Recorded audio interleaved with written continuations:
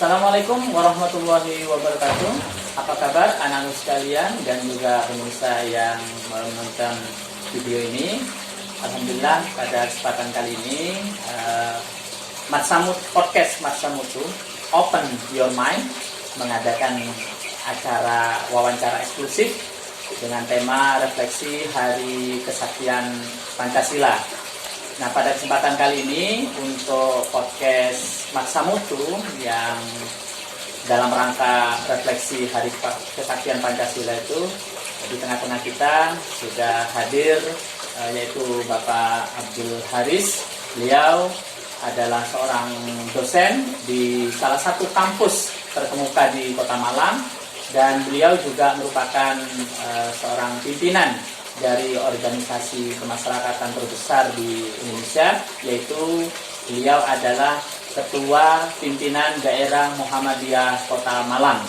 Dan sekali lagi di acara ini saya berharap anak-anak dan juga pemirsa yang menonton bisa mengambil hikmah apa yang nanti akan disampaikan oleh Pak Haris dan juga menjadi dalam topik Hari Kesaktian Pancasila ini. Baik, langsung saja mungkin kepada Bapak Abdul Haris. Assalamualaikum Pak Haris. Waalaikumsalam warahmatullahi wabarakatuh. Gimana kabarnya Pak Haris? Alhamdulillah baik. Ya, ini Pak Haris terkait dengan Hari Kesaktian Pancasila ini. Biasanya setiap tanggal 1 Oktober itu kan diperingati Hari Kesaktian Pancasila. Apalagi kalau melihat sekarang ini ya keadaan bangsa, ya mungkin Pak Haris juga sudah melihat ya perkembangannya. Nah, ada beberapa pertanyaan yang perlu kami ajukan kepada Bapak. Yang pertama, bagaimana pandangan Bapak tentang Pancasila sebagai ideologi bangsa? Baik, terima kasih.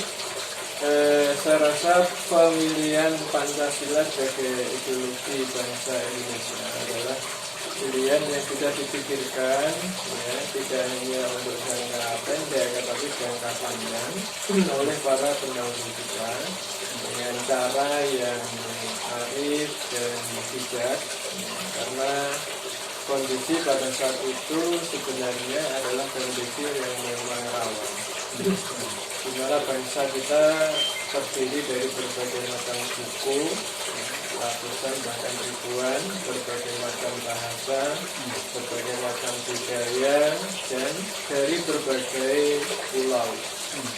Nah, untuk menyatukan kondisi seperti itu sebenarnya tidak ringan, apalagi kondisi pada dasar adalah kondisi yang membutuhkan kesatuan bangsa pada saat itu. Nah, itu sebenarnya pilihan itu adalah pilihan yang memang sudah dipikirkan matang-matang, tanpa jangka pendeknya maupun jangka panjangnya, guna menyatukan bangsa yang memang terdiri dari berbagai macam suku dan budaya tersebut.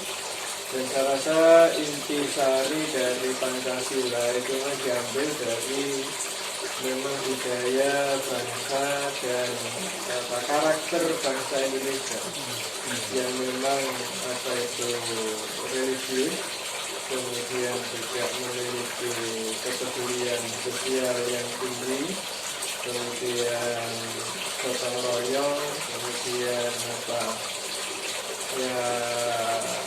lebih banyak mengedepankan kemaslahatan, sehingga nilai-nilai itu yang kemudian dirumuskan dalam sila-sila dalam Pancasila.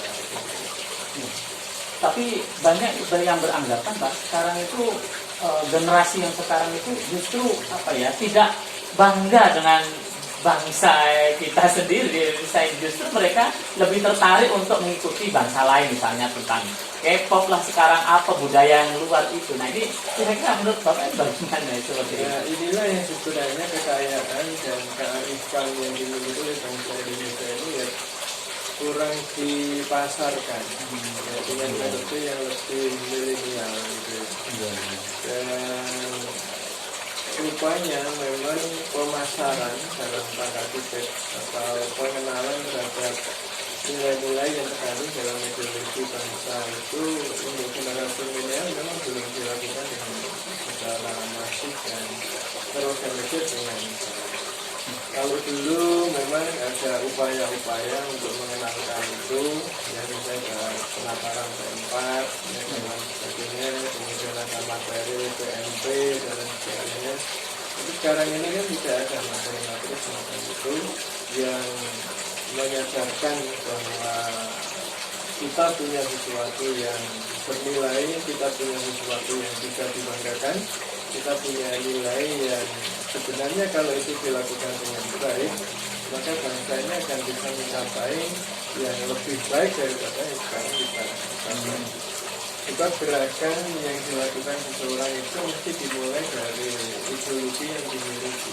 Nah, bangsa kita ini, ya, karena ketidakpahaman akan nilai-nilai mulia yang ada di dalam ideologi itu yang kemudian menjadikan bangsa ini menjadi seperti saat ini. Ya, meskipun dalam kondisi mungkin dikatakan sudah baik, tapi sebenarnya bangsa ini dengan potensi yang dimiliki harusnya bisa lebih baik dari sekarang ini ada. Dan itu sebenarnya bisa dimulai dari bagaimana orang itu menghayati ideologinya, ideologi bangsanya, kemudian bisa beraksi ya, dengan ideologi itu. Persoalan yang lain saya rasa memang belum ada figur yang memang bisa dicontoh ya, untuk melaksanakan nilai-nilai yang ada di dalam Pancasila itu sendiri. Banyak orang berteriak bahwa saya Pancasilais dan lain sebagainya, tapi nilai-nilai itu justru tidak dikembangkan. Contoh misalnya nilai demokrasi, kebebasan orang berpendapat. Sekarang ini kan tidak banyak dikumandangkan. Kemudian nilai tentang religiositas, ya, ketuhanan yang Maha Esa misalnya, itu kan tidak dilaksanakan dengan sebaik-baiknya. Nilai-nilai gotong royong itu tidak dikembangkan dengan baik, ya, sehingga ya persoalannya menjadi seperti ini sekarang ini. Apalagi pemasaran tentang ideologi itu sudah banyak dilakukan secara masif ya, untuk generasi milenial. Maka wajar saja kemudian mereka mencari nilai-nilai yang lain, yang dianggap lebih populer, yang dianggap lebih non-lokal, ya, sehingga ya dia kehilangan akar budayanya, akar bangsanya, ya, yang kemudian mereka tidak punya jati diri yang sesungguhnya. Ya. Lalu yang kedua, Pak, kira-kira apa peran lembaga pendidikan, termasuk dalam hal ini adalah Matsamutu ya sebagai bagian lembaga pendidikan dalam upaya menjaga generasi milenial yang sadar akan wawasan kebangsaan? Saya rasa yang pertama yang harus dikenalkan adalah sejarah bangsa ini. Sejarah bangsa ini, kemudian sejarah bagaimana bangsa ini menata kehidupannya ya, di era-era awal kemerdekaan itu. Kenapa bangsa ini kemudian memilih ya ideologi semacam itu? Kemudian kalau di sekolah-sekolah Muhammadiyah, sekolah-sekolah berbasis Islam, saya rasa tidak perlu dikenalkan bagaimana peran Islam, peran tokoh Muslim ya pada saat itu di dalam perjuangan bangsa kita ini. Sehingga orang kemudian menjadi bangga sebagai bangsa Indonesia yang sebenarnya bangsa yang bisa mandiri, bangsa yang tidak suka dijajah, bangsa yang punya semangat yang tinggi, bangsa yang tidak kenal lelah untuk merebutkan kemerdekaannya, ya, kemudian bangsa yang sejak awal menginginkan persatuan dan lain sebagainya. Nah, ini saya rasa sejarah yang bisa menjelaskan itu semua. Nah, problemnya sekarang ini kan sejarah tidak banyak dikenalkan. Materi sejarah hanya sekedar cerita, tapi tidak disampaikan apa sebenarnya nilai filosofis yang ada di dalam sejarah itu. Sebab sejarah itu adalah kaca cermin ya, masa lalu ya, untuk menatap masa depan. Jadi ada nilai-nilai yang terkandung dalam sejarah itu yang kemudian bisa dijadikan sebagai landasan kita untuk bergerak di masa yang akan depan atau mempersiapkan diri untuk membangun masa depan. Ya, apalagi ini kan berkembang wacana materi atau pelajaran sejarah itu mau dihilangkan ya. Tentu ini tambah lagi nanti ya Kalau permasalahan. sejarah bangsa ini dihilangkan, bagaimana orang itu tahu? Ya. Nah, sejarah itu ya tidak hanya diambil yang baik-baik saja. Sejarah itu juga harus dikenalkan, sejarah buruk, sejarah baik juga harus dikenalkan. Karena masing-masing punya cerita, masing-masing punya pelajaran, masing-masing punya hikmah yang harus diberikan. Seperti Quran itu kan penuh dengan sejarah. Tidak hanya sejarah yang baik yang diceritakan, tapi sejarah buruk juga diceritakan di situ. Gunanya untuk apa? Ibrah, supaya orang itu bisa mengambil hikmah dari kejadian-kejadian yang buruk, kejadian yang baik, ya, sehingga orang itu kemudian bisa menentukan langkah yang tepat dalam menjalani kehidupan itu, termasuk dalam menjalani kehidupan bangsa ini. Nah, problemnya ya ketika orang itu terputus dari sejarahnya, tidak tahu siapa dirinya dan lain sebagainya, ya susah dia akhirnya menemukan jati diri. Sehingga tidak ada kebanggaan sebagai bangsa Indonesia, yang ya sebenarnya bangsa kita ini adalah bangsa yang dianugerahi oleh Allah berbagai macam ya, potensi, sumber daya alam, sumber daya manusia dan lain sebagainya, yang kalau ditata dengan baik, ya saya rasa ya kita ini akan bisa menjadi kuat. Nah, kita berharap setelah Muhammadiyah, misalnya ada di Kota Malang ini, ya bisa ya menyadarkan itu, ya membangkitkan kembali rasa kebangsaan, ya yang tentunya didasari dengan nilai-nilai keagamaan yang memang tidak bertentangan dengan nilai-nilai kebangsaan.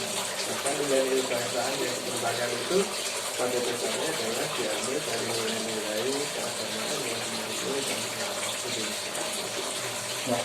Ya, baik pemirsa, itu tadi untuk segmen yang pertama ya, ternyata banyak hal yang bisa kita dapatkan ya, bagaimana kita itu harus memahami sejarah bangsa ini ya, baik sejarah yang baik maupun sejarah yang buruk itu penting diketahui oleh kita semua, khususnya untuk generasi milenial yang ada sekarang ini. Nah, jangan kemana-mana dulu ya, karena podcast Matsa Mutu Open Your Mind itu akan kembali lagi setelah mungkin jeda berikut ini.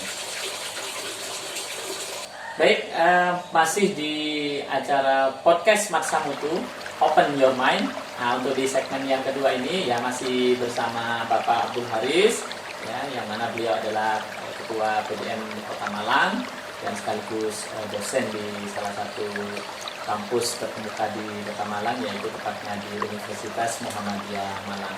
Nah, kita lanjut Pak Haris ya. Ada pertanyaan berikutnya.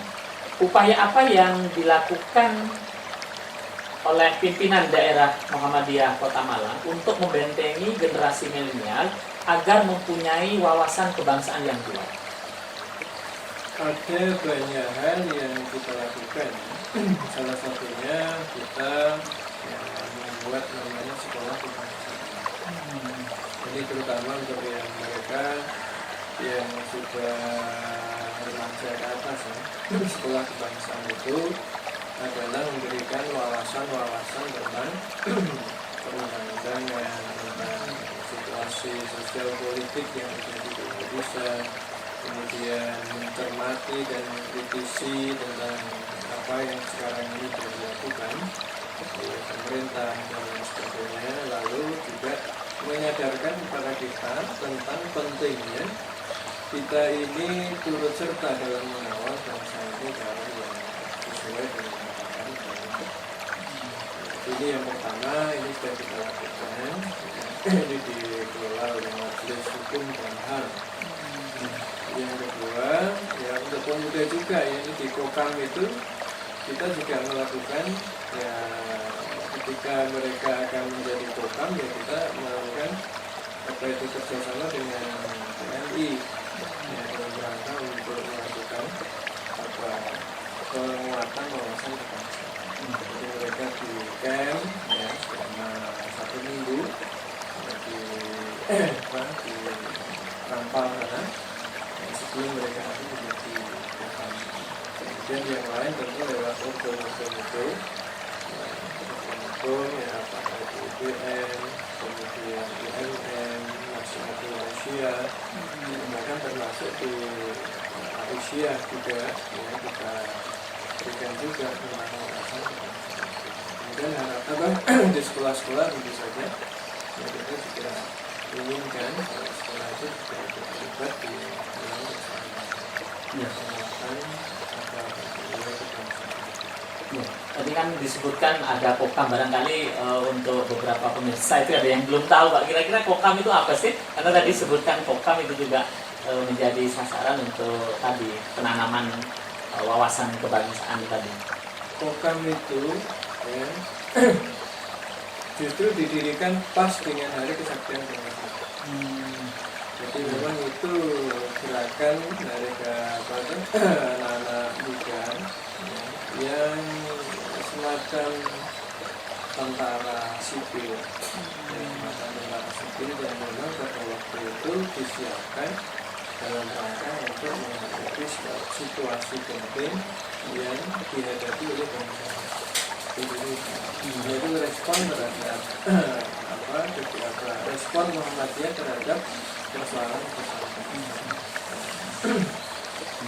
Jadi itu kelahirannya pas tanggal 1 Oktober.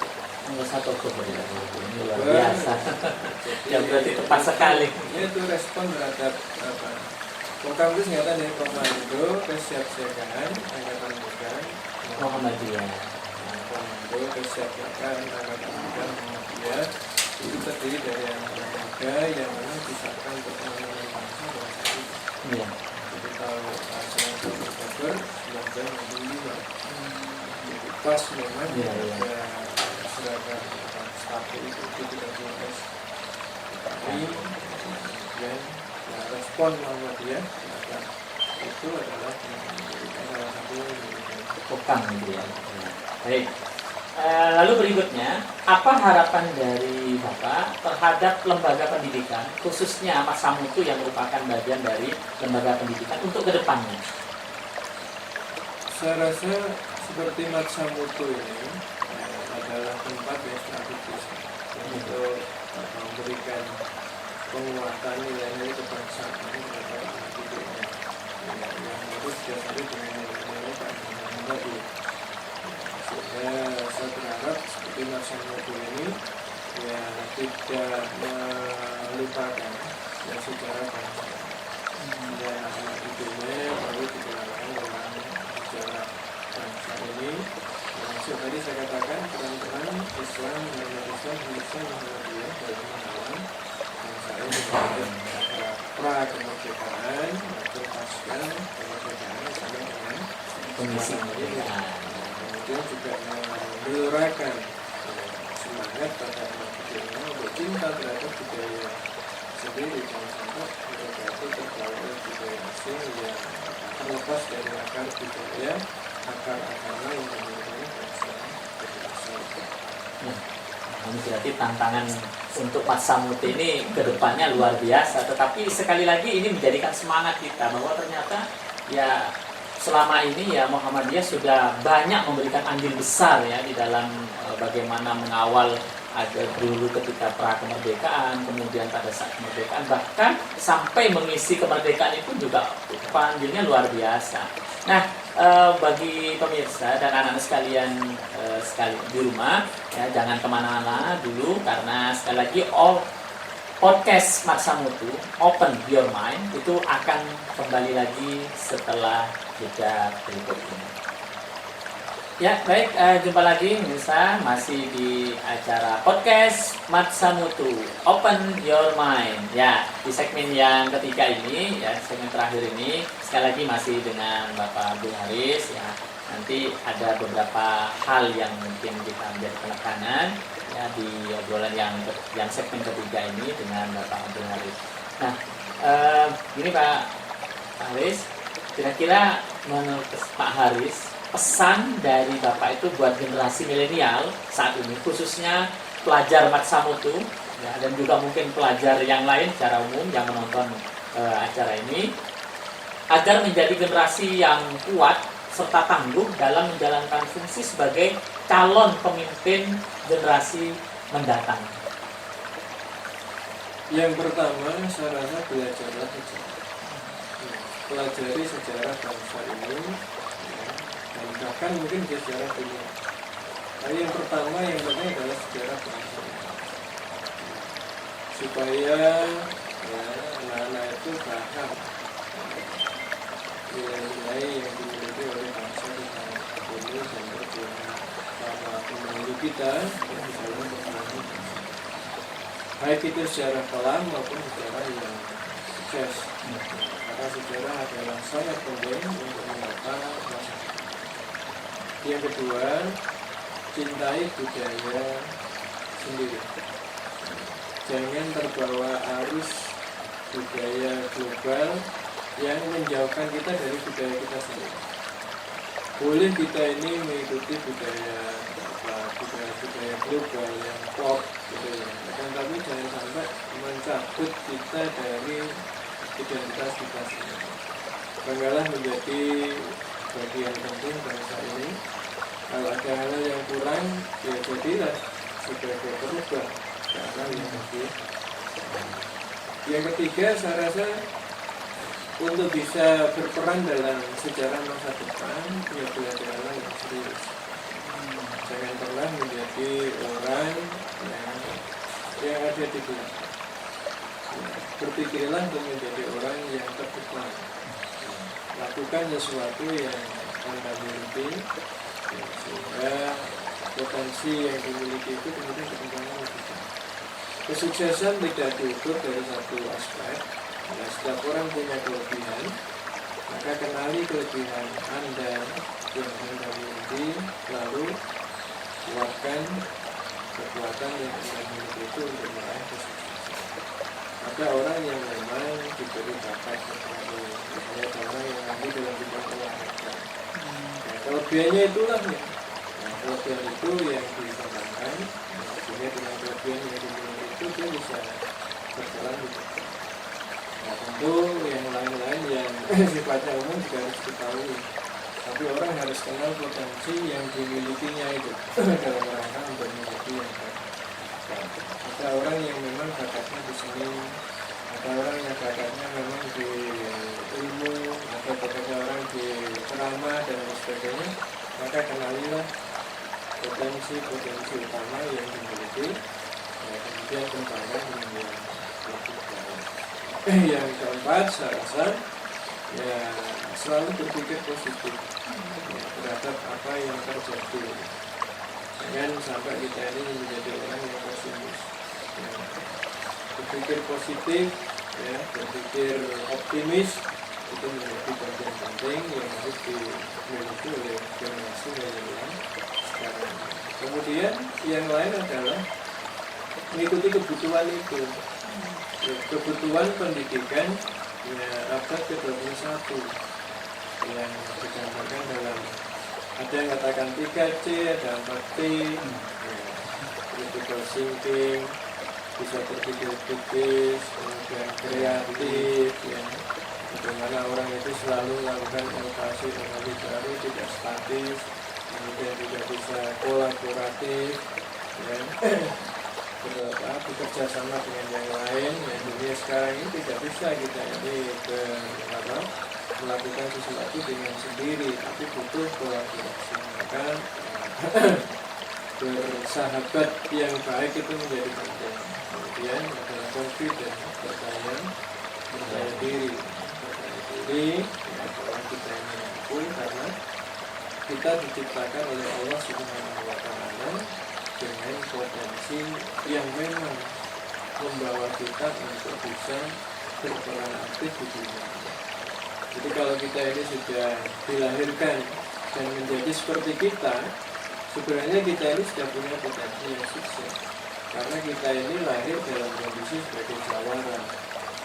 Sebab ketika kita ini masih dalam bentuk sperma, untuk mencapai indung telur, itu kan berebut jutaan ya. Kita ini berebut ya, bahan yang akan menjadi kita ini sudah berebut dengan jutaan sperma yang lain. Sperma yang lain, kemudian yang menang adalah kita. Maka Maka sekali lagi ketika kita ini dilahirkan, sebenarnya kita ini sudah menjadi jawara, menjadi jawara, sehingga potensi menjadi orang hebat, menjadi sukses itu saya rasa ya, semua orang yang hidup dalam kondisi normal saya bilang kita seperti itu. Bahkan yang dalam kondisi kurang normal pun banyak yang sukses gitu. Ada tokoh-tokoh yang tidak seperti orang yang normal ya, secara fisik itu, tapi mampu untuk menjadi perubahan dunia, yang mampu menjadi orang yang punya prestasi, menjadi orang. Nah, secara khusus terkait dengan wawasan kita lain, ya, saya wawasan itu harus tadi itu selalu menguatkan pada anak-anak itu tentang kelebihan-kelebihan yang dimiliki bangsa ini, kelebihan-kelebihan yang ada dalam nilai-nilai yang dimiliki bangsa ini, sehingga anak-anak itu kemudian bisa menjadi bangga dan sebagai anak desa, sebagai warga maksa mutu, sebagai orang Islam yang perannya sangat besar di dalam manusia ya, Baik, ternyata anak-anak sekalian dan pemirsa yang menonton acara ini banyak hal yang disampaikan oleh Haris ya. Intinya adalah agar kita itu bisa menjadi sukses nanti ke depannya ya. Beliau menyampaikan sebagai pelaku sejarah di masa depan ya, yang baik, maka pelajari sejarah itu sendiri. Yang kedua, cintai budaya sendiri. Lalu yang ketiga, belajar dengan serius, positive thinking, dan juga berpikir optimis dan mengikuti kebutuhan ya juga yang ada, dan jangan lupa tetap harus percaya diri ya, karena dengan seperti itu saya yakin kita atau kalian akan menjadi generasi yang sukses di masa mendatang ini. Baik, mungkin Pak Abdul Haris untuk yang terakhir sebagai closing statement-nya seperti apa mungkin, dan juga sekaligus pesan bagi untuk pemirsa semuanya di sini. ya. Jadi memperingati Hari Kesaktian Pancasila ini, ya kita mesti menengok kembali kenapa ada Hari Kesaktian Pancasila. Dan sejarah yang telah lalu, ya, yang dilampaui bangsa ini dengan momen kesaktian Pancasila harus kita kaji lebih dalam lagi. Kemudian itu menjadi pelajaran penting bagi kita untuk mengatasi, untuk melakukan evaluasi terhadap apa yang ada. Selain itu saya rasa ya kita semua mesti harus introspeksi diri, siapapun dari yang ada kekuasaan sampai kita semua ini, untuk mengapa bangsa ini yang dengan potensi yang sangat besar ya, dengan apa yang dimiliki ini masih belum bisa mendapatkan apa yang dicita-cita. Masih banyak kejadian-kejadian yang sebenarnya jauh dari nilai-nilai kebangsaan yang diinginkan di dalam Pancasila itu sendiri. Dan itu dilakukan oleh para pemimpin maupun yang lain. Kita tentu berharap bahwa kita semua kawan menjadi bangsa Indonesia yang tentu dengan nilai-nilai kemuliaan yang dimiliki bangsa itu sendiri, yang sebenarnya sudah diringkaskan di dalam Pancasila itu sendiri. Hanya kalau kita ini betul-betul mengamati Pancasila, kita sadar itu penting kita ini untuk terus melakukan pelaksanaan dari nilai-nilai Pancasila itu, dari sila yang pertama dengan yang biasa. Jadi religiositas kita ini harus mantap. Nah, kalau kita sudah diawali dari keberagaman yang baik itu, maka nilai-nilai Pancasila yang lain akan kita dilatih. Nah, bangsa kita ini ya, nilai pertama aja belum dilaksanakan, sehingga nilai yang lain pasti akan muncul. Makanya kalau bangsa kita ini Pancasila itu kemudian akan diwujudkan lagi, menghilangkan unsur ketuhanan yang Maha Esa, itu nanti akan malah lebih parah lagi. Dulu disusun seperti itu kan sebagai landasan untuk sila-sila. Sebab tidak ada keberagamannya bertentangan dengan nilai-nilai yang ada di bawahnya. Nilai kemanusiaan itu diajarkan penuh oleh agama manapun. Ya, agama apapun pasti akan mengajarkan ya nilai-nilai kemanusiaan, persatuan. Tidak ada agama mengajarkan supaya kita ini saling bentrok satu dengan yang lain. Pasti harus ada kuat, kemudian nilai keadilan, sosial dan lain sebagainya. Itu semuanya diajarkan oleh agama. Maka kalau nilai Pancasila yang pertama saja dilakukan dengan baik, maka yang lain adalah terus sekali lagi, ya mari kita semuanya berintrospeksi diri, ya jangan kita merasa paling Pancasilais, ya, sementara ya kita tidak melaksanakan nilai-nilai yang ada di dalam Pancasila itu. Yang baik bagi kita adalah saling mengontrol, ya terbuka, ya, karena tidak ada yang sempurna, siapapun orang itu, apakah kita ini luar biasa, apakah menjadi penguasa, menjadi apa saja, ya kita harus pandai membuka telinga kita ya, untuk mengetahui di mana kekurangan yang kita miliki, supaya kita ini sedikit demi sedikit mengarah ke arah yang lebih sempurna dan lebih.